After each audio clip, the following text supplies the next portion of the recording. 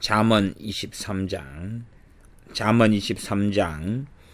9절부터 19절까지 제가 읽습니다. 미련한 자의 귀에 말하지 말지니 이는 그가 내 지혜로운 말을 업신 여길 것임이니라. 이에 지게석을 옮기지 말며 외로운 자식의 밭을 침범하지 말지어다. 대저 그들의 구속자는 강하시니 너를 대적하사 그 원한을 펴시리라. 겨우 훈계에 착심하며 지식의 말씀에 귀를 기울이라. 아이를 훈계하지 아니치 말라. 채찍으로 그를 때릴지라도 죽지 아니하리라. 그를 채찍으로 때리면 그 영혼을 음부에서 구원하리라. 내 아들아, 만일 너 마음이 지혜로우면 나 곧 내 마음이 즐겁겠고, 만일 내 입술이 정직을 말하면 내 속이 유쾌하리라. 너 마음으로 죄인의 형통을 부러워하지 말고 항상 여호와를 경외하라. 정령이 내 장래가 있겠고 너 소망이 끊어지지 아니하리라. 내 아들아, 너는 듣고 지혜를 얻어 너 마음을 정로로 인도할지니라. 아멘. 9절에 미련한 자의 귀에 말하지 말지니 이는 그가 내 지혜로운 말을 업신 여길 것임이니라. 극단적이고 인본적인 어떠한 사랑에 매여 있는 사람은 이런 말씀을 아마도 도무지 인정하려 하지 않거나 받아들이지 않으려고 할 것입니다. 특별히 자기 중심적인 사람은 하나님 중심의 사랑을 하기보다는 자기 중심의 사랑으로 하나님께서 자신을 대해 주기를 원합니다. 그렇기 때문에 자기가 어떠한 악하고 완악한 삶을 살지라도 여전히 하나님께서는 나를 사랑하신다 주장하기 원하기 때문에 이러한 말씀을 제대로 이해하지 못합니다. 사람이 자기 중심적이 될수록 자기에게 대한 말씀은 듣지 않으려 하고 자기에게 유리한 말씀을 들으려고 합니다.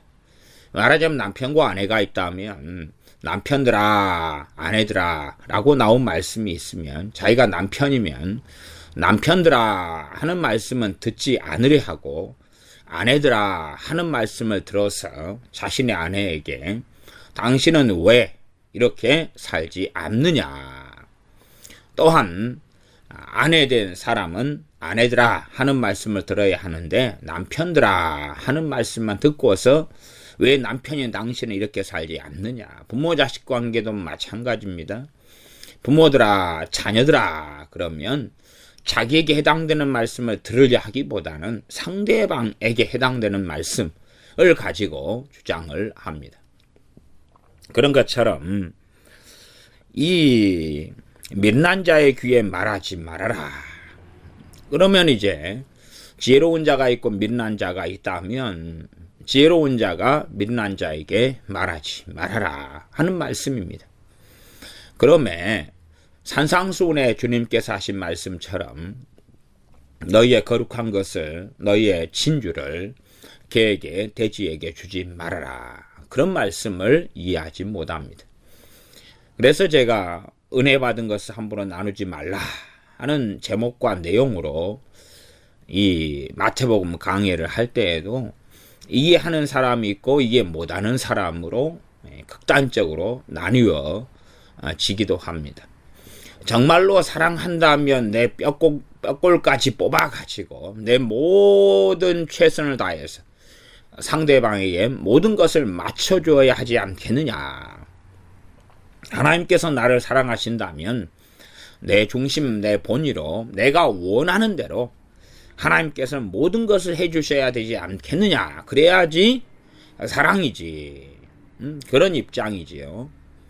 그러므로 이러한 하나님께서 하신 명령에 불순종한다는 것이 하나님께 범죄함이고 하나님을 등짐이고 하나님께 반역함이라는 것을 이해하지 못합니다.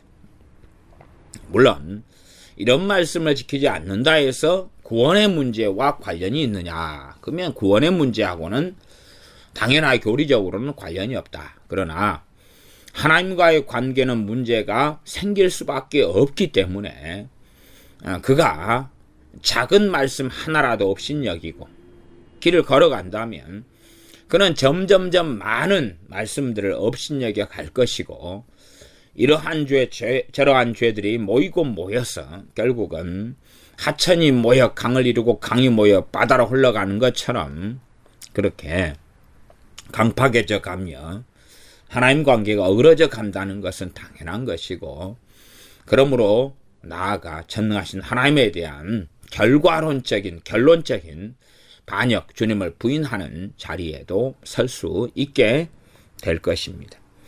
미련한 자의 귀에 말하지 말지니 말을 하지 말아라. 왜냐하면 그가 내 지혜로운 말을 업신여길 것임이니라. 지혜로운 자를 업신여긴다는 것은 그 미련한 자의 귀에는 아무리 지혜로운 말이라도 지혜롭게 들리지 않는다는 이야기입니다. 오히려 그 말에 대하여 자기의 생각에서는 불평하고 불만하고 이해가 안 돼서 자기식의 오해와 곡해를 하고 오해 곡해하는 가운데 상대방을 공격하고 정죄하고 비난하는 것은 쉽습니다. 심지어는 잘못 오해하고 곡해해서 오해하고 곡해한 것을 자기는 직접 들었다라고 주장하면서 더 어그러진 길로 가는 경우들도 있다는 것입니다. 그러므로 사실은 이 미련한 자의 귀에 지혜로운 말을 한다는 것이 미련한 자를 사랑하는 게 아니라 미련한 자로 하여금 더 죄를 짓게 하는 결과가 생기고야 맙니다. 그러므로 이 미련한 자라도 실상 상태가 그때마다 다릅니다. 성령의 인도하심을 받아서 미련한 자가 심령이 가난해지고 미련한 자가 겸손이 어느 정도 찾아오고 할 때에 그의 귀에 얼만큼은 이야기할 수 있을 겁니다. 그러나 원수 마귀 역사와 하나 되어서 미련케 되어져 버린 상태, 또 미련한 자로 계속하여 살아갈 때에 그의 귀에 아무리 지혜로운 말씀이 들린다 할지라도 가장 지혜로운 우리 주 예수 그리스도의 구원의 복음, 생명의 복음이 들려온다 할지라도 그런 미련한 자들은 업신여기며 공격하며 또한 정죄할 거다 하는 것을 우리가 말씀을 통해서 알 수가 있습니다. 거꾸로 미련한 자의 귀에 주님의 인도하심 없이 함부로 말함으로 그들이 구원을 받을 만한 기회와 때조차도 다 없애버리는, 그러면서 나는 자칭 사랑을 베풀고 있다 그렇게 생각하는 사람들도 아주 많습니다. 자기의 정욕대로 하나님 말씀을 전하고 전도도 할 수도 있습니다. 그러나 그것이 미련한 자에게 들려왔을 때에 그들은 더 강팍해지고 완악해지고 악해져 갑니다.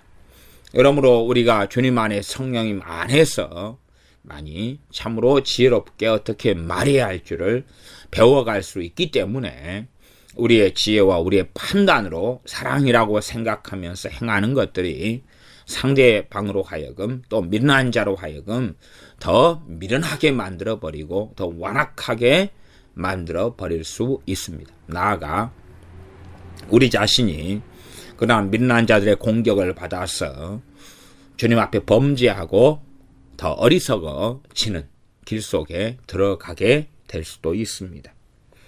10절입니다. 옛 지계석을 옮기지 말며 외로운 자식의 밭을 침범하지 말지어다. 옛 지계석을 옮기지 말아라. 지계석은 땅 지자 경계할 때 개자고 석은 돌석자입니다.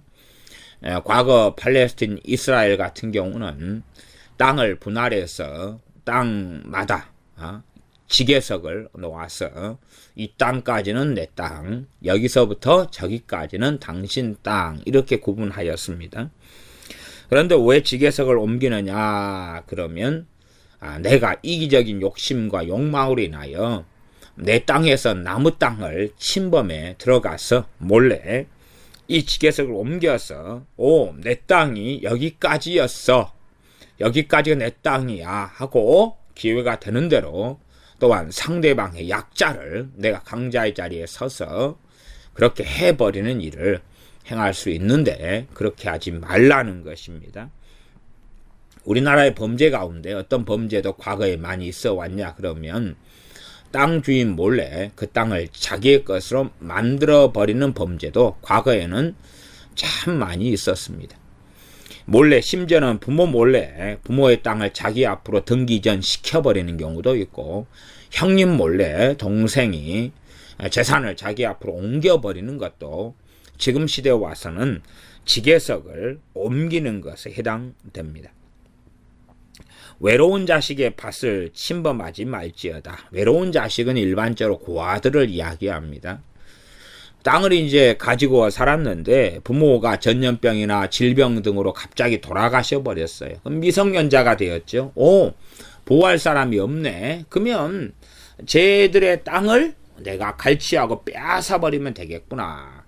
그리고 아이들은, 고아들은 땅은 가지고 있으나 먹고 살기가 어려울 것 아닙니까? 너희들에게 이러한 값을 주고 그 땅을 삼아. 그렇게 해서 아이들은 땅의 시세나 값도 모르기 때문에 그렇게 불법적으로 얼마든지 감언 이설을 해서 아이들의 땅을 빼앗을 수도 있을 겁니다. 아니면 법적으로 신청해라. 우리가 너의 후원자가 후견인이 되어주마. 그렇게 해서 이 땅을, 재산을 가로채는 경우도 있습니다.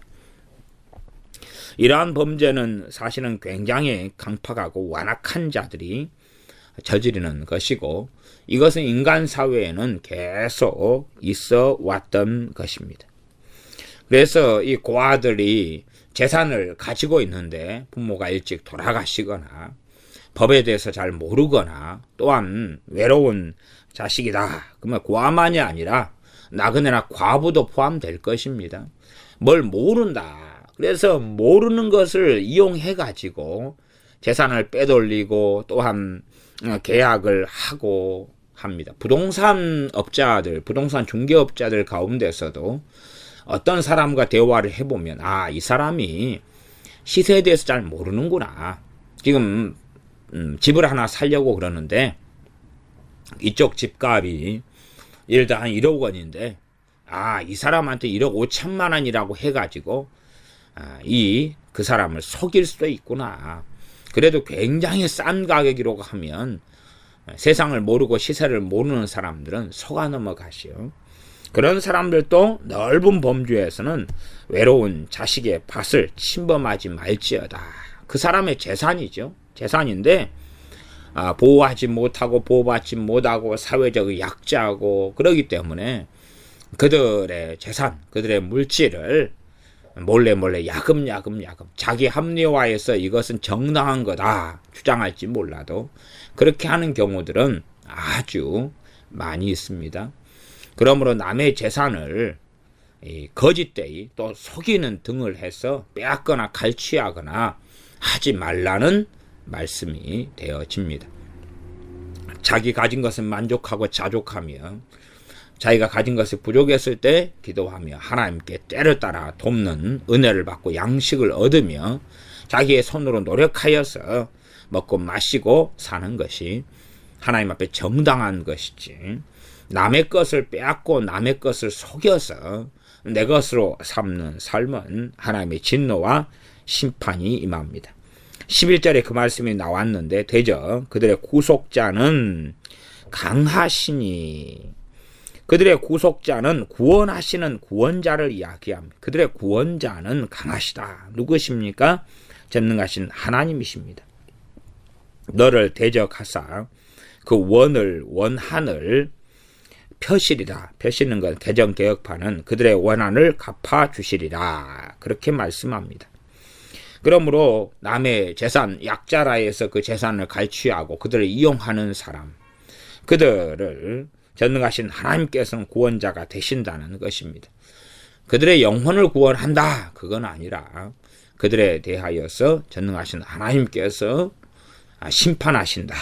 그들의 원한을 갚아주신다. 그것이 때로 이 땅에서 일부는 이루어지나 전능하신 주님의 심판대 앞에서는 100% 이루어질 것입니다. 이 땅에서 얼마간 하나님께서 관여하셔서 징계하시고 심판하시는 것도 많은 경우에 일어나기도 합니다. 그래서 징계는 다 받는 것이다. 징계가 없으면 사생자다라고 하나님의 자녀들에게는 말씀하시며, 하나님을 믿는 사람이라고 하는 사람이 이러한 악행을 저질렀을 때에 하나님께서 관여하시는 것을 알 수가 있습니다.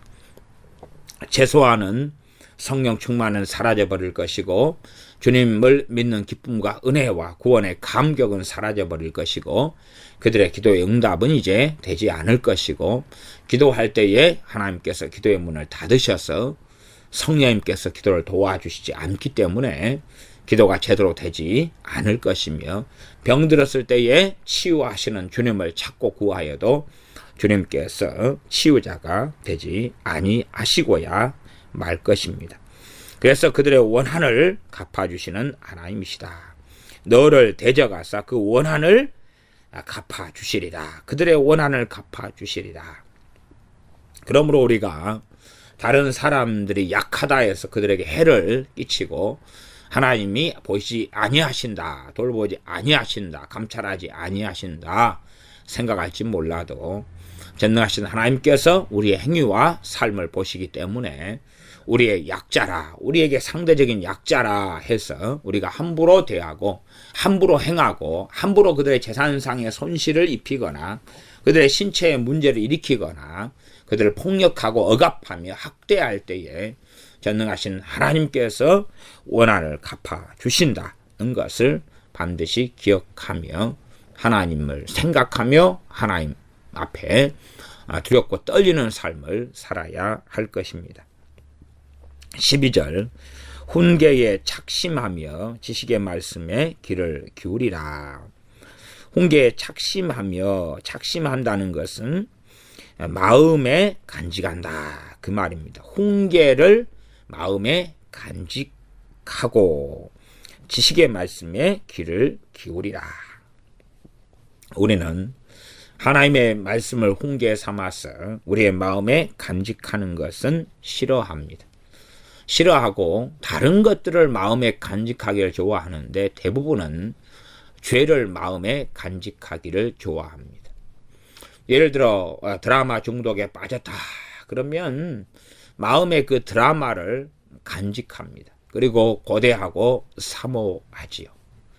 또한 영화 매니아다 그러면 영화를 마음에 간직하고 고대하고 사모합니다. 어떠한 사람, 연예인이든 탤런트든 혹은 가수든 어떠한 사람, 연인이든 그 사람을 마음에 간직하고 사모하고 사랑하는 경우도 아주 많이 있습니다. 또한 많은 사람은 돈에 대한 집착을 가지고 있어서 돈에 대한 사모함을 가지고 있고 돈에 대한 마음속에 둠이 있습니다. 정욕과 탐욕과 탐심도 그러합니다. 또한 나아가서 우리 마음에 미움이 생기면 미움을 마음속에 간직하고 그 대상이 되는 사람에 대한 미움을 우리 마음속에서 점점점 키워나가는 것을 봅니다. 우리 안에 있는 증오심과 원한도 원망도 마찬가지입니다. 처음에 우리가 가질 때는 처리하고 치우기가 쉽지만 그 원한이나 미움이나 원망을 우리 마음에 품고 또한 분노를 어떤 사람에 대한 분노를 우리 마음에 품어서 그렇게 몇 달 혹은 몇 년이 지난다면 그것이 어떻게 손쉽게 풀려날 거라 생각합니까? 어떤 경우들은 제가 그런 분들을 만나서 상담하는 경우들도 있어 옵니다. 어떤 사람에 대한 원망과 원한을 10년째 품어왔습니다.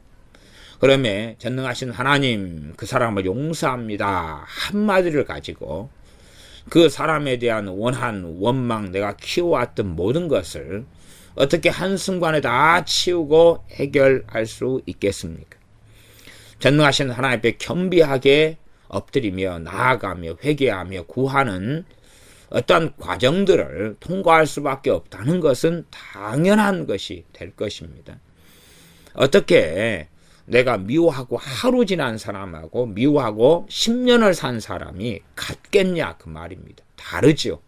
그러나 자기가 했던 행동과 소위는 생각하지 않은 채 말 한마디로 면죄부를 받고 말 한마디로 모든 것을 해결하려는 사람들이 많습니다. 하나님, 내 안에 미움이 있습니다. 내가 20년간 미워하고 살았는데 이제 미워하지 않고 사랑하기로 결단합니다. 그러면 이제 그 사람을 용서하오니 사랑하고 살게 해주십시오. 그렇게 한 번 기도하면 해결될 걸로 기대하는 사람들이 많습니다.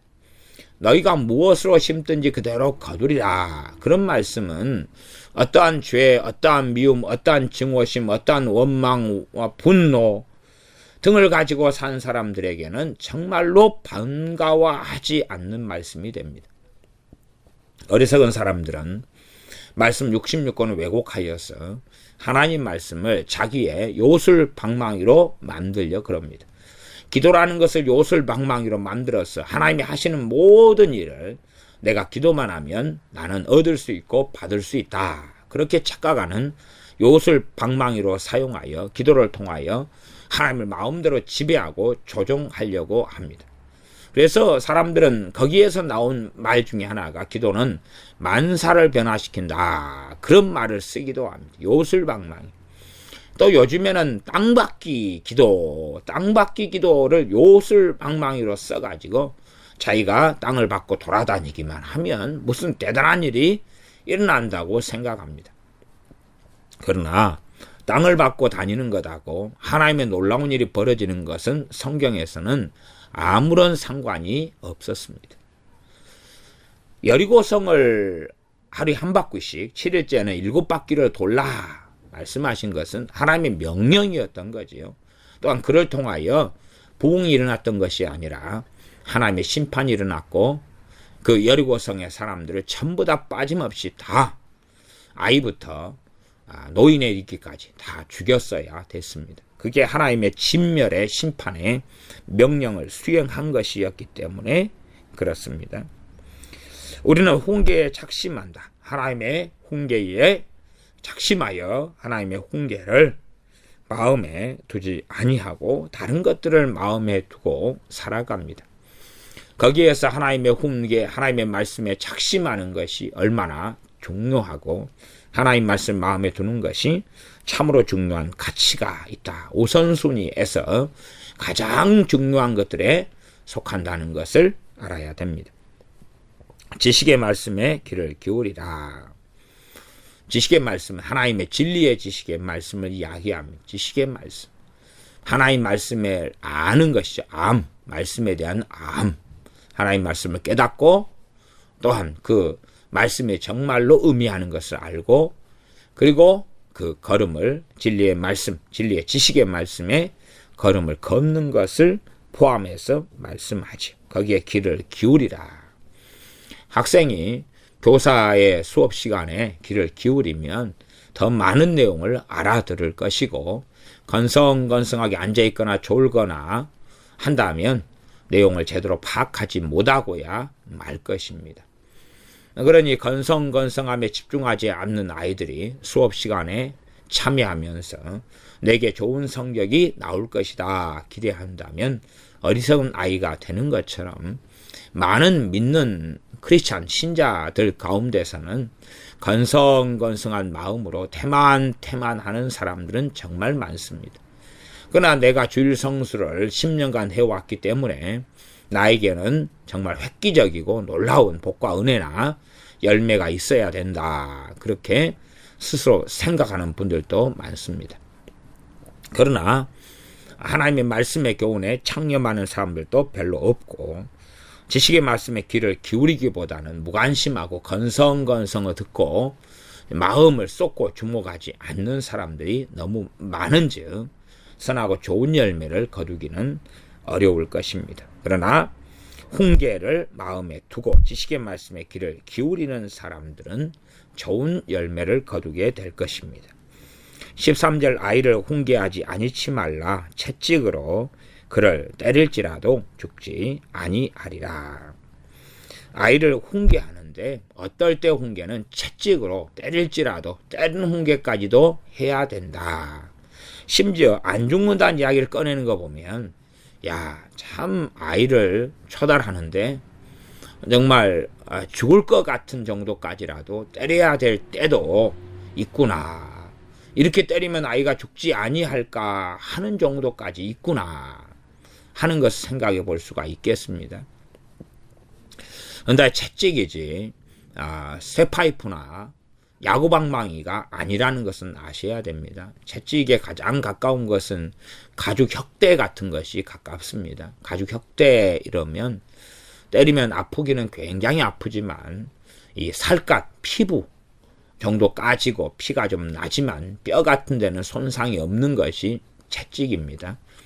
물론 주님이 형벌로서 로마 병사들에게 맞은 채찍은 거기에 납덩어리가 매달려 있는 등의 채찍이어서 맞으면 살점이 뜯겨져 나가는 채찍이지만 부모가 자식에게 처달할 때 쓰는 채찍은 그런 형벌의 도구가 아니라 바르게 훈육하고 양육하는 도구이기 때문에 우리가 쓰는 아버지들이 주로 허리띠 메고 있는 그런 허리띠의 부분이 될 것입니다. 바크를 뺀 부분 정도지요. 그 정도로 이해하시면 좋겠습니다.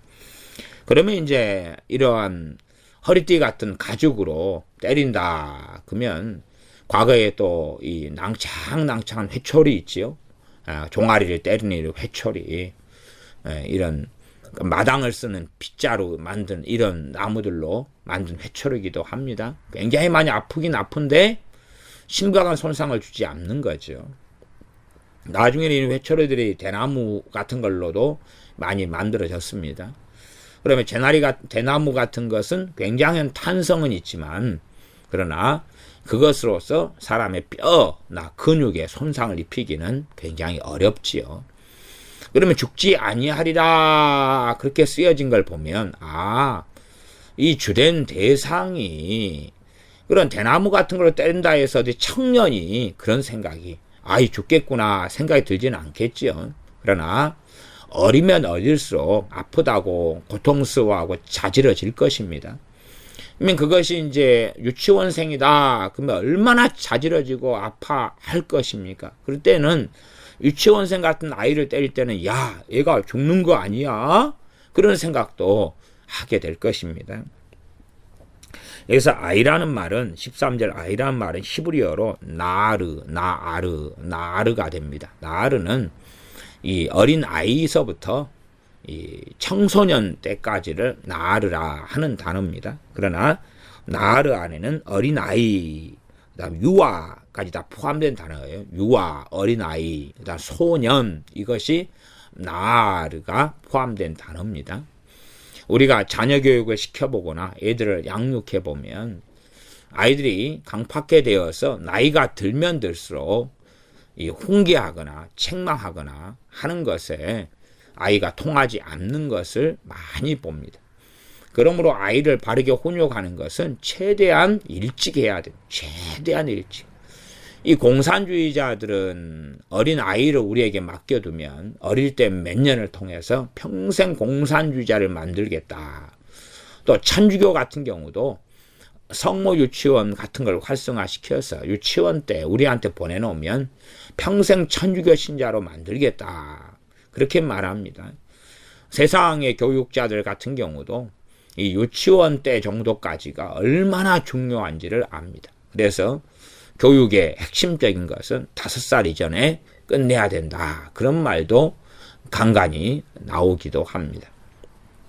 그런 것처럼 정말로 자녀를 바르게 양육할 때는 어린 아이 때부터 해야 됩니다. 그러나 이 유치원 때 등을 귀엽고 이쁘다고 보여서 그때를 통과시켜버리고 그리고 초등생이 되어지고 초등학교 고학년까지가 제 멋대로 살아나가는 삶으로 방치해둔 채 시간이 흘러가면 그때에는 얼마나 자녀를 바르게 양육하고 바로 잡기가 얼마나 어려운지를 다 알게 될 것이고 그때는 쉽게 고쳐지지 않을 것입니다.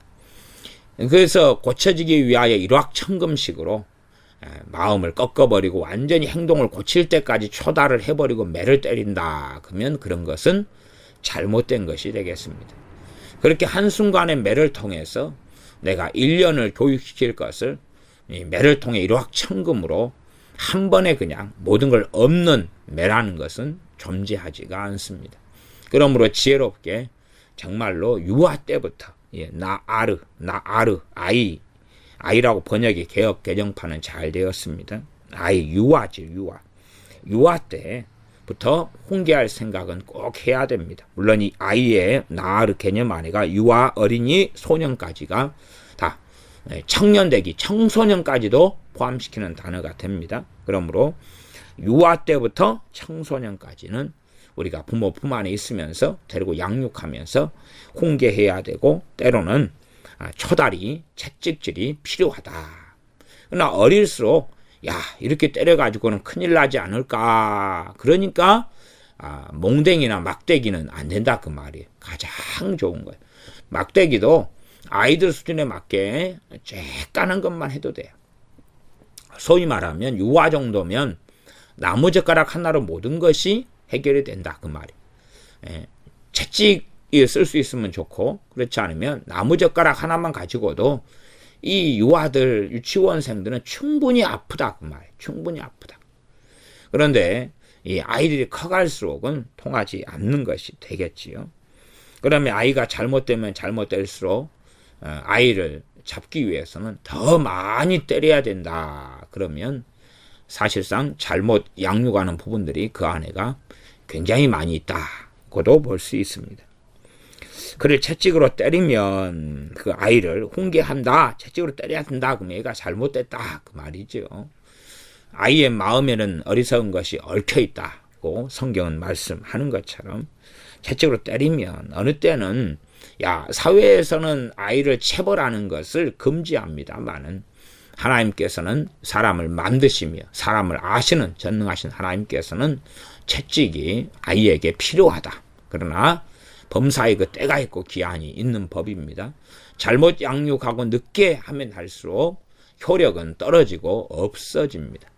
산불이 산에 났을 때도 초기에 진압하면 큰 문제가 없는데 충분히 오래 산에 불타기 시작한 다음에는 산불을 진압하기 어려운 것이 자녀 교육에 대한 비유에 해당된다 말씀드리고 오히려 그보다 더 심각한 것이 자녀 교육이다 고 말씀드리겠습니다. 많은 어리석은 부모는 자녀를 잘못 양육해 놓고 기도를 통해 하나님께 다 뒤집어 씌우고 책임을 떠넘기는 것이 가능한 걸로 생각합니다. 그러나 청지기로 부모에게 맡겨주셨사온즉 전능하신 하나님의 말씀대로 바르게 양육하면서 하나님의 도움을 구하는 것이 맞습니다. 그러나 잘못 양육하고 제멋대로 자녀가 키워지게 이기적으로 욕심대로 욕망을 이루는 그러한 자기 배만 위하는 짐승으로 만들어 놓고 하나님께 기도를 통해 책임 전가한다면 전능하신 하나님께서는 오히려 그렇게 기도하고 구하는 부모에게 진노하신다는 것은 당연한 일이 됩니다.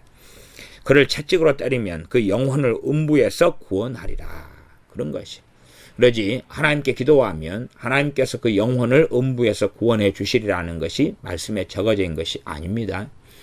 자녀가 잘못됐을 때 초기에 잘 적절하게 채찍질로 하나님 말씀으로 양육하면서 초달한다면 그 영혼 네페시가 영혼이죠. 그 영혼을 음부에서 수월해서 구원하리라. 음부에서 구원하리라.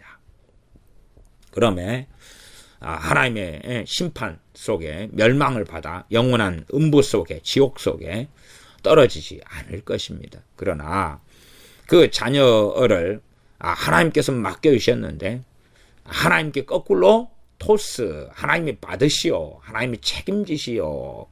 그렇게 하는 가운데 제멋대로 방치하고 아이의 정욕대로 원하는 대로 양육하면서 하나님께서 구원하시기를 바라봐야 그러나 하나님께 돌아오는 것은 거의 어렵고 드문 일이고 심지어는 불가능한 일이 될 수도 있습니다. 그러므로 자녀에 대하여 이 부모에게 하나님께서 맡겨서 바르게 양육하도록 명령하고 계신 거지. 야, 내게 맡기면 내가 다 처리해 주마. 그런 말씀은 성경 66권에 없는 말씀입니다. 에베소서나 골로새서 같은 데도 그래서 이 아비들아 또 자녀들아 그러면서 명령을 하고 계시는 것입니다. 그렇지 하나님의 명령이 없고 야 아비들아 걱정하지 말아라. 내가 너희들 자녀들 다 책임져 주마. 그런 것이 성경 66권의 신약이든 구약이든 존재하지 않습니다. 그러므로 초달은 굉장히 중요하다. 어느 자녀들에겐 초달을 통해서 그 영혼을 음부에서 구원하게 될 것이다. 나 때가 맞아야 되죠. 이 땅에서 이 육신이 병들었어도 또 다리가 부러졌어도 최대한 빨리 조치를 취하여야지만이 다리는 덜 아픈 상태에서 정상적으로 붓고 정상이 될 것입니다. 그러나 병든 환부 또 다친 부분을 방치를 많이 하면 많이 할수록 더 심각한 해를 입는 것이지요. 아이에게 잘못된 행동, 거짓말, 도둑질, 탐심, 정욕, 악함, 증오, 미움 등이 생겼을 때에 초기에 이것을 잘 다루면 아예 처음부터 그 뿌리를 뽑아버릴 수 있을 거고 자녀들이 이 음부에서 구원받은 채로 주님 앞에 선 채로 살아갈 수 있을 것이나 그 죄악을 초기에 뿌리 뽑지 않았다면 뿌리 뽑는 것은 정말로 어렵습니다. 그래서 잡초가 뽑아도 다음 해에 보면 계속 와여 나 있는 것처럼 그렇게 되고야 맙니다. 15절 내 아들아 만일 너 마음이 지혜로우면 나 곧 내 마음이 즐겁겠고 만일 너 입술이 정직을 말하면 내 속이 유쾌하리라. 이 15절 16절부터 19절까지는 내 아들아 하고 부르는 이가 누구냐 하는 거죠. 저는 이렇게 부르는 이를 우리 주 예수 그리스도 지혜 되시는 주님이라 이렇게 봅니다. 전능하신 하나님 아버지께서 전능하신 주님의 손을 통하 이 땅을 창조하셨고 우리 주님에 대해서는 만왕의 왕이라 영존하시는 아버지라 일컬어집니다. 사람을 만드신 이가 전능하신 아버지께서 그 아들의 손을 통해서 만드셨기 때문에 창조주는 아버지와 아들과 성령님이 되십니다. 여호와의 신은 성령님은 수면에 운행하시니라. 그리고 창조 역사 가운데 삼일체 하나님께서 함께 창조하신 것입니다.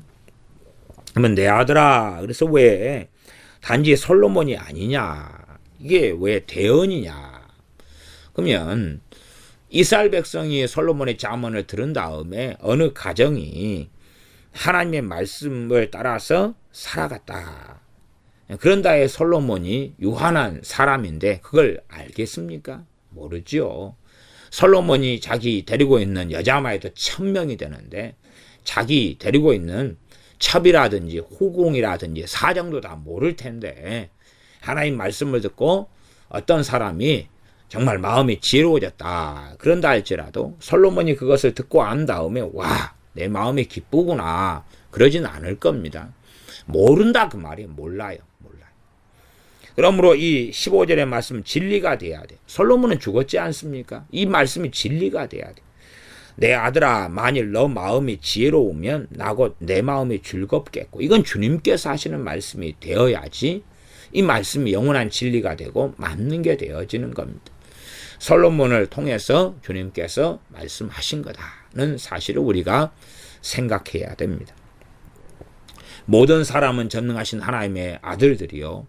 또한 우리 주 예수 그리스도의 아들들입니다. 주님께서 그러므로 솔로몬을 통해서 말씀하신 것이라고 기억하는 것이 합당합니다. 내 아들아 만일 너 마음이 지혜로우면 나 곧 내 마음이 즐겁겠고 사람 솔로몬을 기쁘고 즐겁게 하는 것이 아닙니다. 아니라 주님을 기쁘시게 하고 즐겁게 하는 것은 우리의 마음이 지혜로워질 때에 그러합니다. 우리의 자녀도 마찬가지 아닙니까? 하나님의 자녀가 믿음이 성장하고 주님을 알아갈수록 지혜로워집니다. 지혜로워지면 전능하신 하나님의 어떤 음성들을 지혜를 통하여 훨씬 더 쉽게 많이 들을 수가 있습니다. 우리가 자녀를 키울 때도 미련한 자녀 같은 경우는 하나씩 하나씩 일일이 모든 것에 간섭을 하고 모든 것에 말을 하고 시켜야 됩니다. 그러나 지혜로운 자식은 스스로 알아서 다 합니다. 다 해요. 오히려 부모가 뭘 말할 것도 없어요. 자기 짐을 다 질 뿐만 아니라 할 일을 다 할 뿐만 아니라 이것저것도 다 돌아보아요. 그러나 미련한 자식은 하나를 시키면 하나만 해요.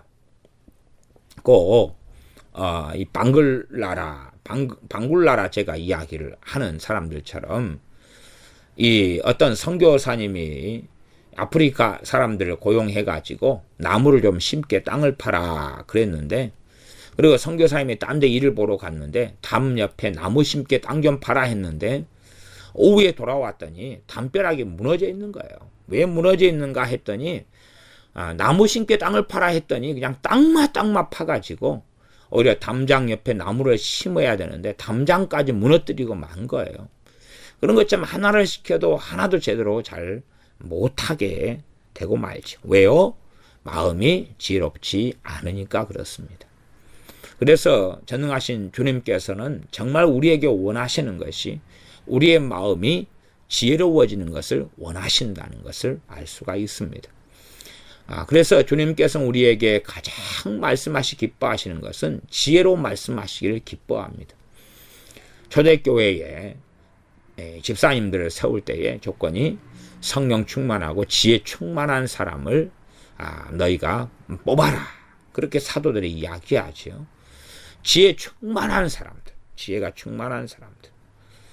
그러면 지혜가 충만한 사람들은 정말 주님 주신 그 지혜로서 이기적이 다 확인하고 압니다. 또한 지혜는 자라가는 것이지 은사적인 지혜도 있지만 그러나 본질적으로 하나님 말씀을 통하여 하나님과 함께하며 하나님을 경외하면서 지혜는 자라가는 것입니다. 자라가는 것.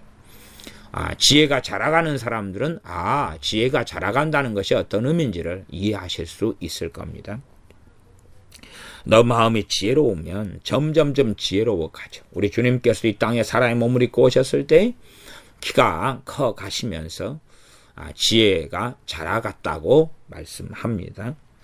내 마음이 지혜로우면 나 곧 내 마음이 즐겁겠고, 우리의 마음이 지혜로운 것이 주님의 마음을 즐겁게 하는구나. 그러지 이 말씀 진리가 되면 우리가 지금 지혜로워가면 천국에 있는 솔로몬의 마음이 즐겁겠는가? 그렇지는 않겠죠. 16절 만일 너 입술이 정직을 말하면 내 속이 유쾌하리라. 주님의 마음이 유쾌하다. 주님의 마음이 즐겁다. 유쾌하다.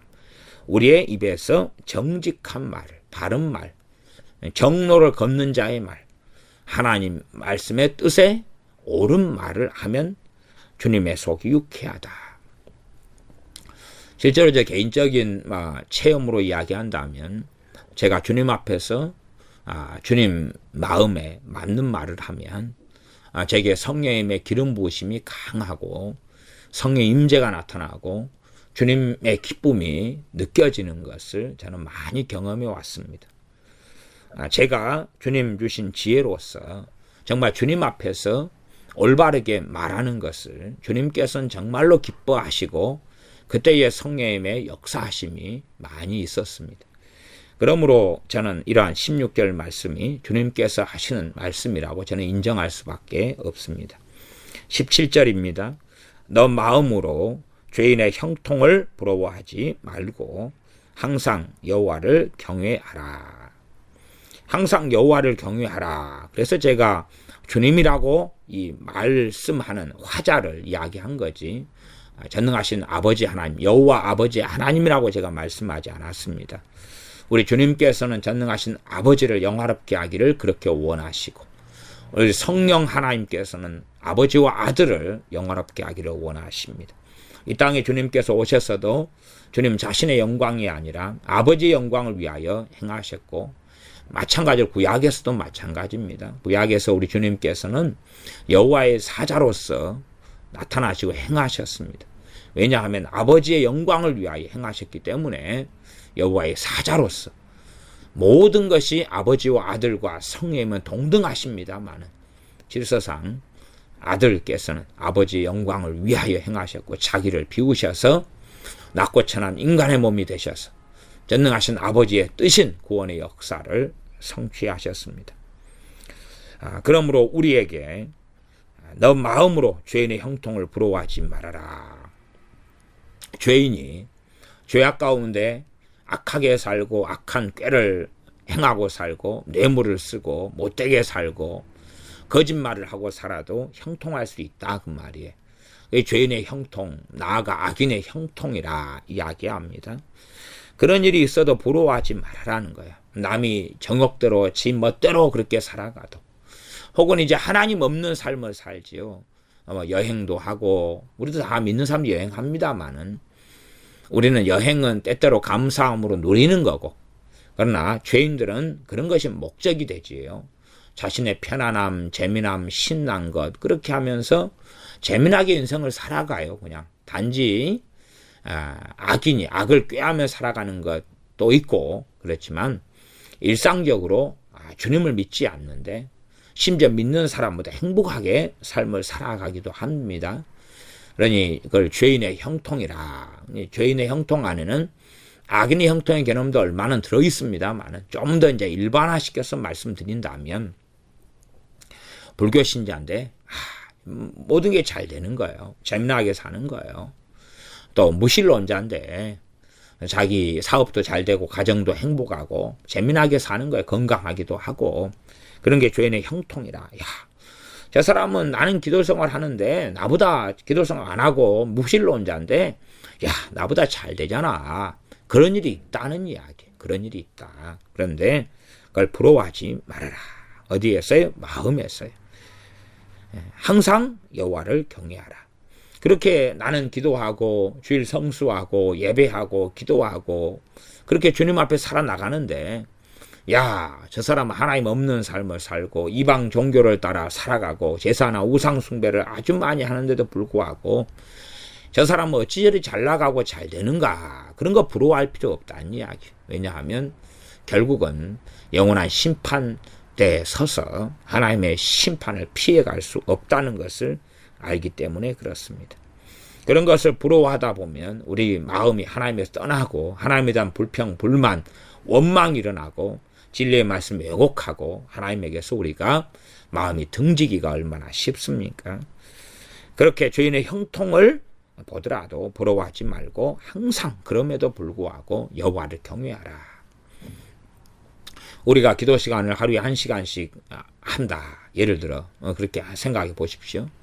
그러나 저 사람은 야 자기 멋대로 사는데 그런데도 어찌 이리 잘 되냐. 그러면 이제 우리가 1시간씩 하나님께 나아가서 기도하고 하나님 의지하는 것이 얼마나 쓸모없이 여겨지냐 그 말이에요.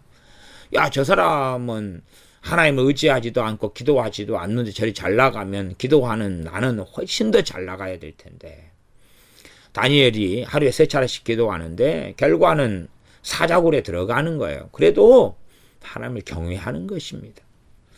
다니엘의 세 친구 사드락 메삭 아벳느고가 우상 숭배하지 않아요. 신상에 절하지 않아요.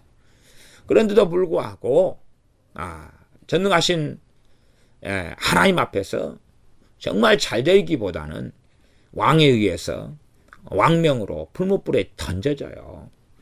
그런데도 불구하고 그들은 하나님을 경외하는 것을 멈추지 않습니다. 그런 것이 항상 여호와를 경외하라 그 말이에요. 하나님을 섬기는 믿는 사람들이 때로는 세상 사람들보다 안 될 수도 있고 이 땅에서 형통 안 할 수도 있고 기도하지 않는 사람보다 덜 누리고 덜 먹을 수도 있다 그 말이에요. 그러나 그들의 삶은 그들의 삶이에요. 그들 가운데 어떻게 흘러가는지는 우리가 다 모릅니다. 우리가 해야 될 것은 기도와 찬양과 예배와 또한 순종을 통해서 하나님 말씀 진리의 지식을 알고 소유하고 가지면서 하나님을 경외하는 길에서 돌아서지 않고 그 길을 꾸준히 가는 것입니다. 그럴 때 나중에 주님 앞에 섰을 때에 부끄럽지 아니하게 됩니다.